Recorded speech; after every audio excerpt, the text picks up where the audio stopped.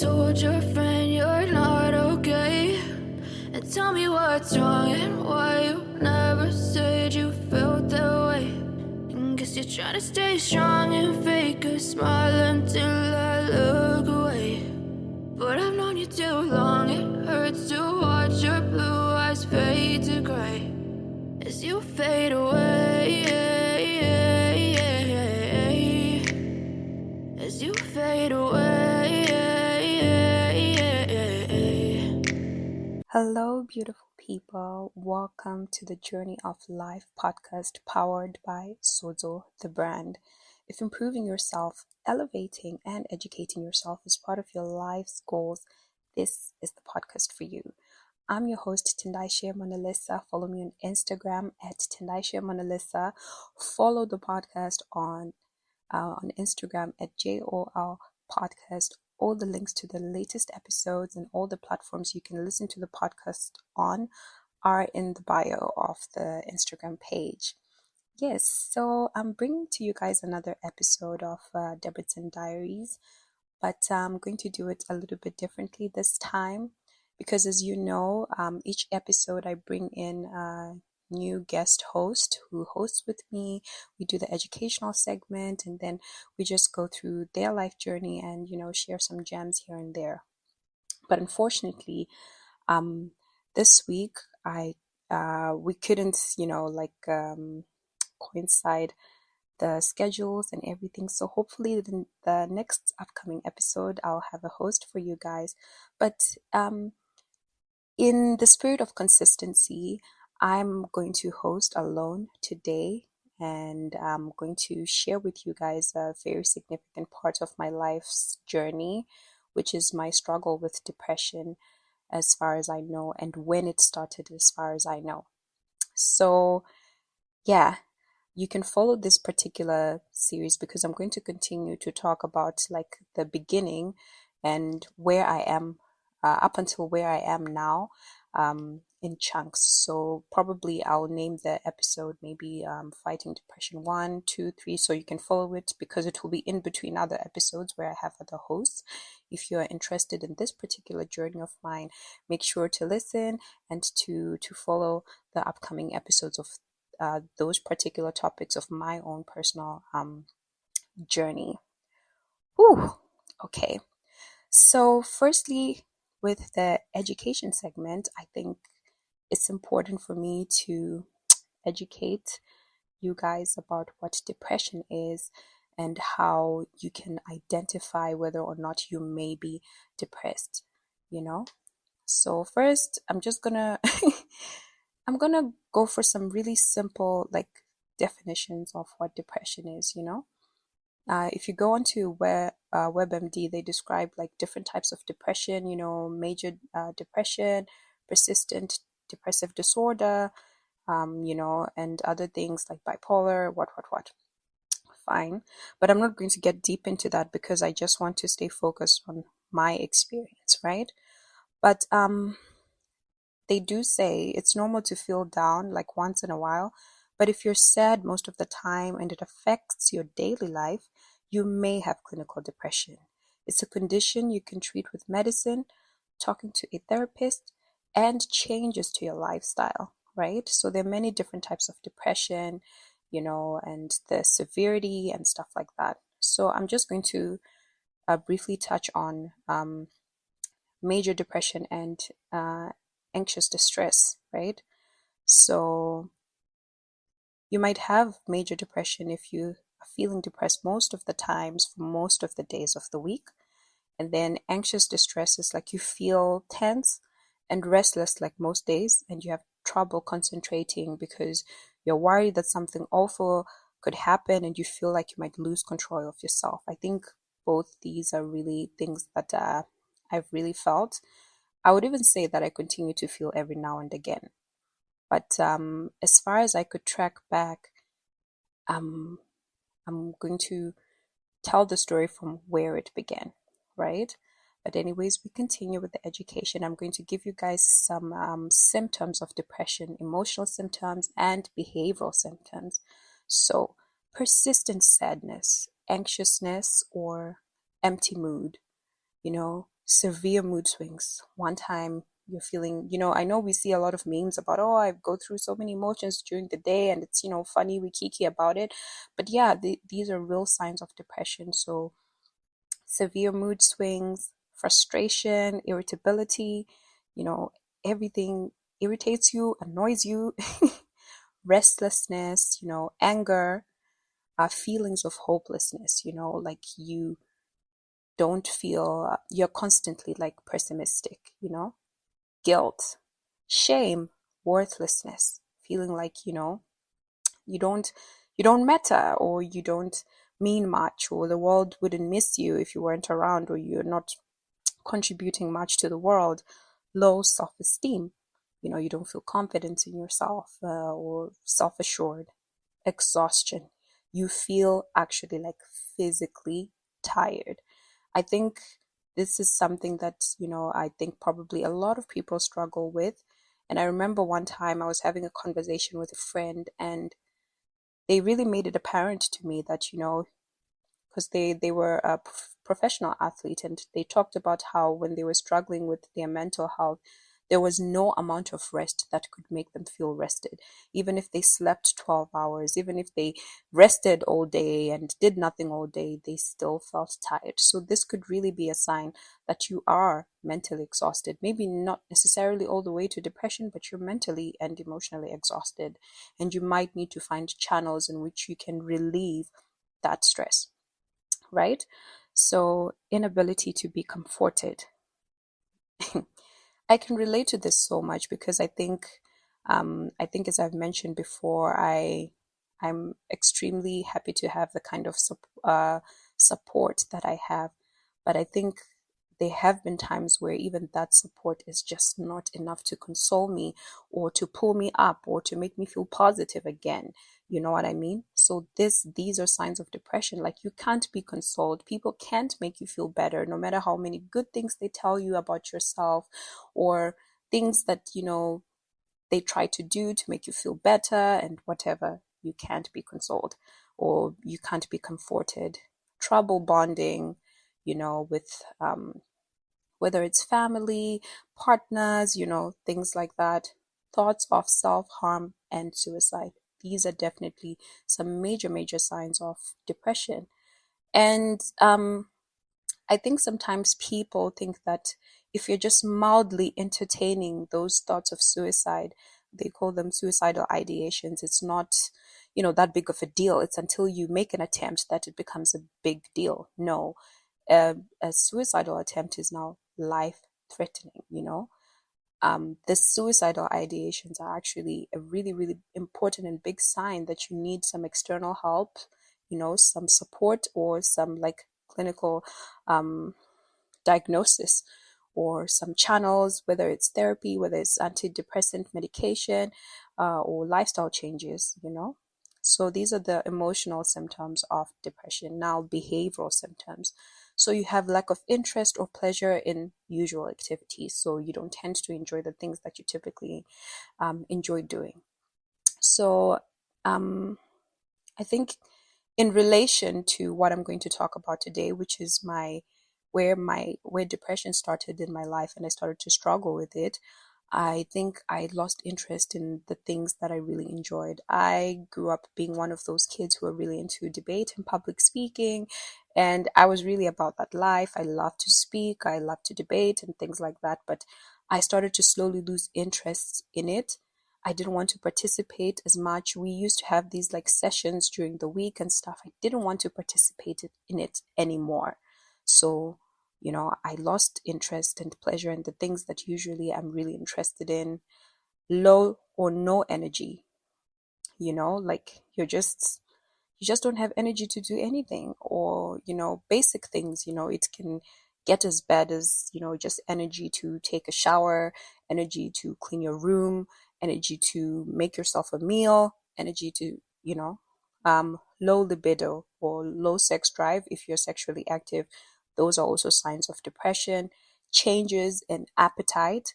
I think depression, I think it affects people in different ways. For some people, then they now eat more. you know what I mean, and or eat excessively, and it's some type of consolation, food, or they find comfort in food, and for some people they completely starve themselves, right? And then fatigue, we talked about it: low or no energy, decreased energy and motivation. You're not motivated to do much. This is why I said mundane tasks like taking a shower, cleaning up your environment, tidying up, small things become a taxing thing for you to do. So sometimes, if maybe you're visiting a friend and their house is constantly a mess or their room is constantly a mess, um, it could be a sign that something deeper is going on and they may need a little bit of help, or some emotional support, actually. Not that they're just a dirty person who doesn't care, but I think those are some of those signs of something deeper happening mentally and emotionally to somebody that manifest in their immediate environment and in their behavior and in their emotional range. So poor self-care, big sign of depression.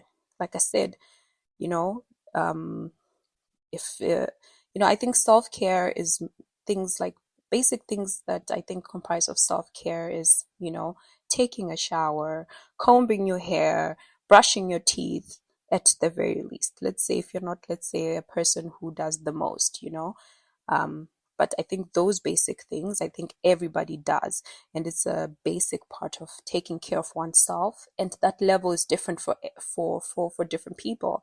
I think for people, let's say, who go as far as, let's say, getting their nails done, their lashes done, it means that they're no longer interested in doing that.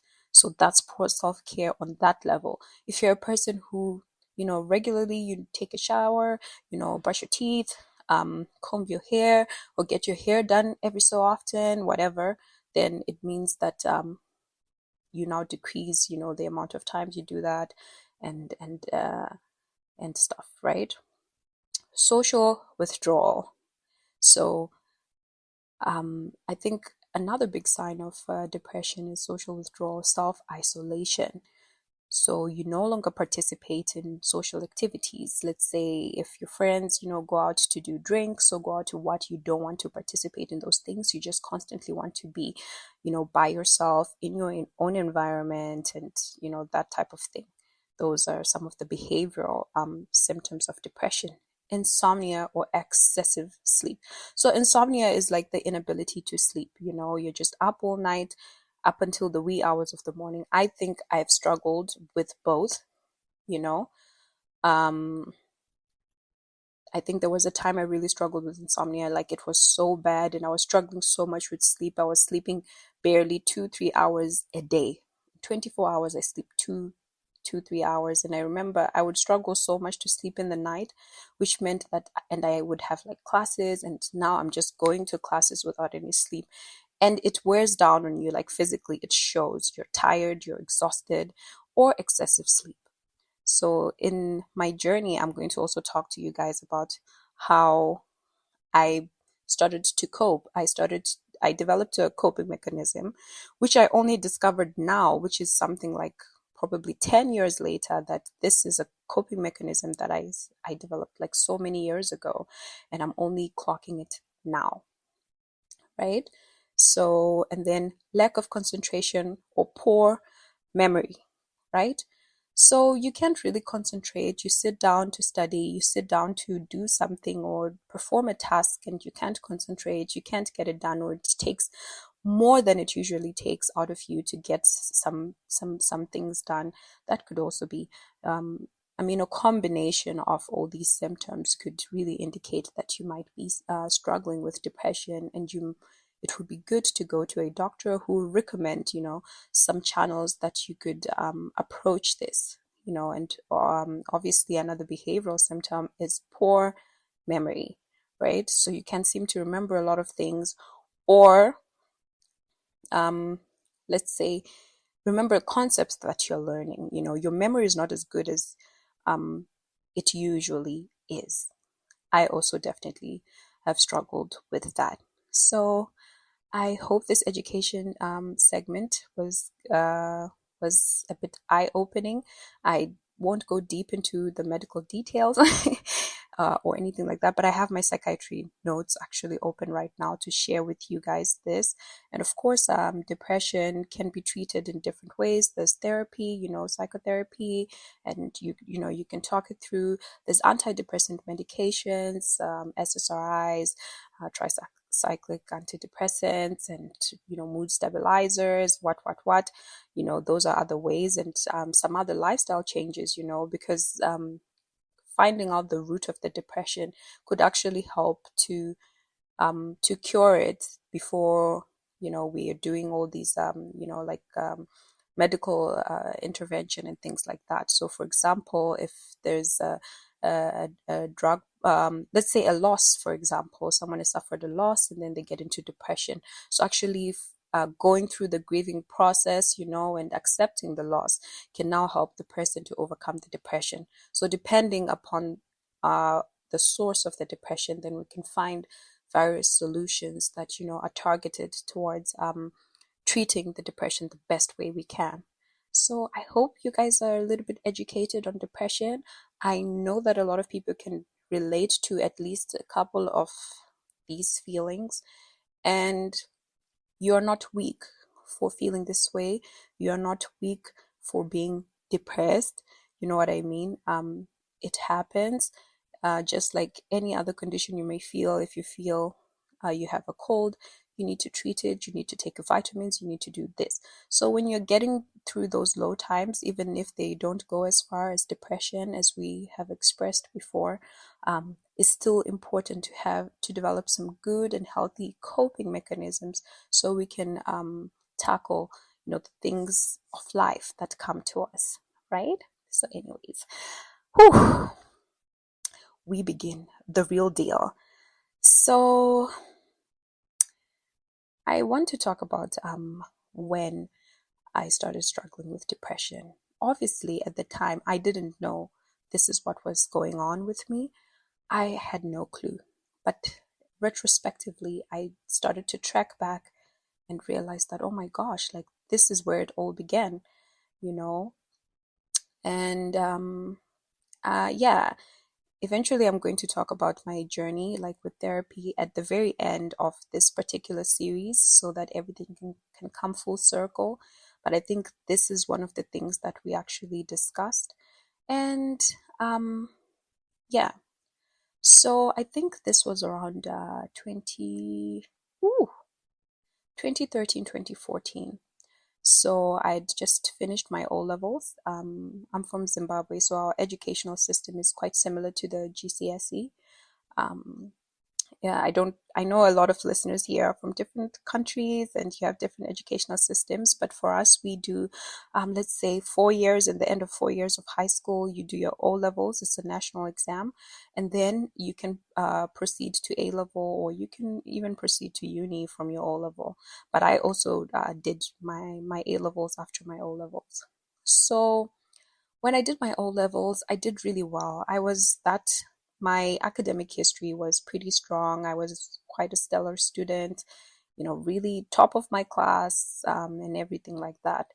So I think my academic prowess was a huge part of my personal identity. And so, of course, so I went to a particular high school. It was a Catholic school. And I remember at the time after I finished my O levels, I really wanted to change schools. I wanted to go to a different school for A level, and my parents were not very keen on it. And I wanted to apply and see if I could get in, to the school that I actually wanted to, because it was quite competitive. But my parents wouldn't even let me do that, like go for the interview. So I was really frustrated and I was hurt about it. And then I went back to the previous school I was already going to. I went back for my A levels. I picked my combination. Initially, I thought I would pick like math, physics, chemistry, and biology, which is really tough. And then I realized that's too much. Let me pick a combination that would open my horizons, right? I always wanted to study medicine. It's been it's been a lifelong dream for me ever since I was a little girl. So that's all that was in my head. Um, so I picked math, physics, and chemistry at A level, because then if I ever changed my mind and I wanted to go the engineering route, I'd be able to do that comfortably. compared to if I'd picked, let's say, a combination with biology instead of physics.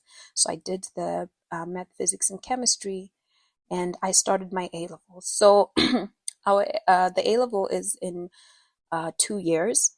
So you do lower six and upper six. So that's Form 5 and Form 6. So when I was lower six, I would say that I think that's when I started to experience a lot of psychological abuse at school. And I think it's really important to mention, like, some of um, any kind of trauma that you go through from childhood, high school, all those things, they're shaping the coping mechanisms that you develop, whether they're healthy or they're not healthy. And I'm pretty sure you developed a lot of unhealthy ones growing up. So if you faced bullying, different things, like they actually affect you in a significant way and shape you a lot. And I know sometimes we can be dismissive, oh, kids are so mean and this and this and that, but it really shapes how someone becomes, or how the lenses through which other people see life, things that happen to you when you're in school, amongst your peers, or with family, or friends, whatever, So I remember then I'm now doing my A level, and I had this particular math teacher, and honestly, like looking back, he actually psychologically abused me a whole lot, because I think up until this day, I'm still scarred. I think I did my A levels, this was like 2013, 2014, and this is what, almost 10 years later. Almost 10 years later, and I still have dreams about, that particular period of my life. That's how much the trauma from that period is for me. And I think I never used to see it or acknowledge it, but it's really heavy like that. Like I actually have to go through that period, and rip it apart and acknowledge finally that no, it was wrong for me to be treated this way. It was wrong for me, for him to say the things he said, handle me the way he handled me. So I really started to like struggle with A level math. This was like Form 5, lower 6, first year of A level, and I was really struggling with mathematics and stuff. Of course, it's more advanced, it's more complicated, so naturally, yeah, it's not easy. But and he would call me to like his office to like discuss with me, because I had this reputation already in the school that I'm the smart kid and everything like that. So to him, I guess he was trying to address the fact that why am I not doing so great. But he would do it in such a messed up way, because he would compare me to my older brother, who's about like five, who's actually exactly 5 years older than me, had gone to the same high school as well, and he did all his high school there as well. And he was like telling me how much better my brother was than me. And you can imagine, like, why would you do that? And at the time, I was like, my brother is excellent in his own way, but I've also made my own mark in my own way. So I didn't understand why he felt the need to do that, or say those things to me, to pull me down, or maybe to humble me. Because looking back, I felt like he really felt he needed to humble me. And I don't know what it is. About the need for people to humble you. I think especially if you're a female, you need to be humbled or put in your place. And yeah, that's messed up. So anyways, he was very adamant about this narrative, and he was trying to push the narrative that I was doing boys. In our African society, you're supposed to focus on school, don't do boys, they'll distract you and things like that. And honestly, like, especially when I was now at A level, I wasn't really interested in the guys in my school. Like, but I was always like, I always make friends with guys because I'm an only daughter. So of course I have good friends who are guys, I have good friends who are girls. It was not a thing like that, you know? And he would try to push this narrative. So he started actually calling my parents to try to push this narrative. And I remember one particular time, um, I was called to his office, and he was telling me that my parents are on the line and they want to talk to me. And I think he was expecting that I was going to be scolded by my parents for whatever he was telling them. And my mom, um, uh, got on the phone, and I got on the phone with my mom, and she asked me what's going on and everything. And I told her, oh, I'm really struggling with math and everything like that, you know. And she didn't yell at me, she didn't scold me or anything like that. And I told her everything that was going on, and then I gave the phone call back to him. And I think he was so underwhelmed because I think he was really expecting that, oh, my parents are going to give it to me or something. But fortunately, I think it's one thing I really praise God for, that he gave me an extremely like emotionally um and mentally supportive mother. I think she never pulled me down, and she was never too quick to believe anything negative about me. She was never too quick to take anybody else's side but mine. So I really respect that, and I see the value in that, because I can imagine if she had joined forces with this man to really mentally and emotionally pull me down, God knows how much deeper things could have gotten for me. So this is happening, and he started so, I would take tests and I would get like the lowest grade. And for me, I was just so confused now. And then I would go through my paperwork and everything, and I would see that some of the sums were not even graded. Like he didn't even look at it or mark it. Or I would see that maybe compare like my answers to my peers, and some of the things that he had marked as correct on someone is marked wrong on my paper. So I actually started to be completely confused on how to do the mathematics, because I wasn't confident anymore that whatever I'm working, is it right or is it wrong, or is he going to mark it right or is he going to mark it wrong. So now I'm not even sure, okay, is my peer doing something wrong and it's being marked right, or is it vice versa? So now I became very, very like I lost my self-esteem and my confidence in myself, especially in mathematics. And naturally, some of these things, they start to transfer, because he's trying to pass this narrative. It's not like he's going to stop there. This is going to now become a discussion for teachers, in the staff meeting. So some of the teachers are also starting to approach me, on that energy that, you stay focused and things like that. So I really became like anxious, in school, because I was just like, I'm starting to have like this really bad image that I didn't have before. And surely enough, I just struggled through that first year of A level, and this man was literally, he was basically bullying me.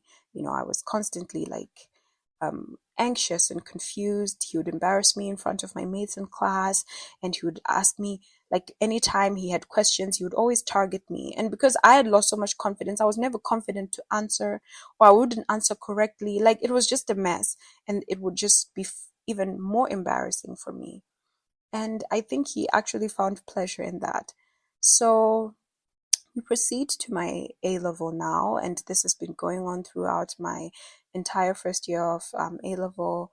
So now at this point in my school, when you were like A levels, you're an A level candidate, yeah, final year of A level. They weren't so strict with like classes, like with attendance, especially during like the exam period where you're preparing for the national exam. They just leave you guys to study, so you don't have so many classes. The teachers don't monitor you too much, because they're just like, nah. So you're like, you're being treated like you're adult enough, to focus on school, to study, to get your things together. So we didn't have a lot of classes anymore and things like that. So sometimes, like, if you didn't come to class, like, nobody would miss you because there's no teachers, there's no classes going on, kind of thing. So I think that I started to do that. I wouldn't come to class anymore, and I would spend more time like at the dorm, and I would just sleep. I would just sleep. So I think that's when I developed my coping mechanism, escapism. So escapism is like seeking distraction or relief from unpleasant realities by engaging in fantasy or seeking entertainment. So for me, I think mine was sleeping and daydreaming. So if I'm in class, I would totally be daydreaming. I'll be elsewhere for like an hour or two, you know, and or I would be just sleeping. And I remember that time I also started to like have these dreams where I would just dream that my dad, who's a person like, he's always been so proud of me, and he would always, parade my academic success and everything. So I think being a daddy's girl, I always want to make my dad proud. And not performing so well during my A level really, really made me feel like I was disappointing him so much. So I started to have these dreams where I would dream he would just be sad and so disappointed. And it would depress me so much. And I just felt like a disappointment. And I think not only the experience that I was going through at school was the problem. I think there were some experiences I was going through at home as well, which I don't feel comfortable sharing just yet. But I think a combination of these things were actually affecting me mentally and emotionally. But I think in my head, I was like, I'm that girl. Like, I'll never let anything outside of school itself affect my academics. This is my identity. This is my brand. So I never got to the point of accepting that, okay, this thing is actually affecting me and I can't concentrate. I was just like, no, I have to get it together. I have to get the job done. I've always gotten the job done. Why can't I get the job done? Just more confusion, more depression. So I started to just like sleep all the time. I would just sleep. um it would and I mean, the less monitoring we had, the worse my escapism became, because now sometimes I wouldn't even show up to class anymore to go and like study and stuff. I would just sleep the whole day. you know I'll just spend the whole day at the dorm and I'm just sleeping and things like that. So that became, and I and sometimes I'll try to study, join my mates to study. And, sometimes I'd feel like I'm understanding things. Sometimes I would feel confused. I try to do the math work, try to join some peers who are really good in math and everything. And I remember whenever I went on holiday back home, I think another significant thing that really happened was my mom was always supportive, as I said, and would sit down with my report booklet as always, and she would ask me you know what I felt like I could have done better and what I needed. And I told her that I was really struggling with math, and of course she knew, because my teacher was constantly trying to call my parents about my math and all these other things.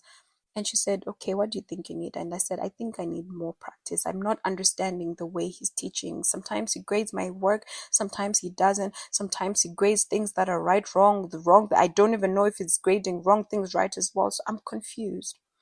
So of course, my parents organized some remedial classes at this particular college back home. So I was taking them, and I take these remedial classes. I'm learning, the teachers are teaching. We take a test. I'm top of the class. So now I became so confused, you know. And then I go back to school. We take a test. Um, I'm below. So I became so confused, because it was like, okay, how I work out math this way and get this answer, it's wrong. So it's like math changes when I'm in Harare, math is different. When I'm in Chivu, math is different. Like, I've just became completely confused mathematically. And I think up until this point, when I hear math, I'm just like, no, thank you. I'll pass. I'm not a math person.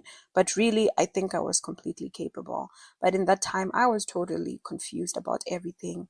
And I remember he asked me at some point, and he was like, uh, so, like, were you practicing, your math during the holidays? And he would just pick me to question all these things. I don't know about other students, but his energy, he had so much energy for me. And I was like, yes, I went to this college and I was taking some remedials and everything. And he was like, you're just going to all these expensive colleges, this is that. So honestly, I felt like he just felt like my life was too easy, maybe, or something like that. And yet he didn't really know like what I was going through. And even then, like, what is your business about what my personal life is like? You're an educator, educate, motivate, lift up, correct. I don't know. So really, this really messed me up in so many ways. And he was just trying to bring down everything that I did. And I remember another thing that I started to do, because usually when you're doing your final, when you're a candidate, you're taking your national exams that year. Of course, once like the period of writing the exams is coming close, most of them, like, we're not allowed to go for to take on more extracurricular activities, because my school was very academically oriented, and we really prided ourselves in having like the top results and things like that. So yes, sports, extracurricular activities, they slowed down once exam season started to come, especially for the candidates for national exams. And what I used to do, like, listen, you could call me Petronella, because anytime I smell petrol, I'm on that bus to go wherever it's going, whether it's sports, whether it's choir, whether it's a funeral, whether it's what, I'm in it, because I just wanted to escape. And I think I just didn't want, to put effort into something that I'm going to fail anyway. I was so tired of the failure and of the confusion and of the anxiety that I constantly felt. And I remember I used to go to the chapel a lot, but it's a habit that I'd always had. I would pray, pray for my studies, pray for my family and things like that. And I would pray to God for me to understand things, for God to return my intelligence, for God to return what had been taken from me or what had been stolen from me. Like, I think I started to feel like, there's these African stories, or how they are like, someone can take your intelligence and they'll put it in a bottle, all these crazy things. I actually started to believe that something like that had happened to me, you know, and I was just praying to God that, God, can you help me? Can you help me? Can you give me photographic memory? Can you help me to understand mathematics? Can you help me so that I can pass my exams? Like, it was such a struggle, like mentally, emotionally. I was so sad. I was so depressed. Like, A level is a dark, dark memory for me that I don't even like remembering. Like, and sometimes I'm just like, maybe I shouldn't have gone back to that school. Maybe that was the problem, you know? Um, and surely enough, I wrote like my A level exams, and this was now, I think, end of 2014. I think November 2014, I finished my exams, and then the results of the national exams would come the following year, which is 2015, which is the year that I came to Debrecen to start my BMC, right?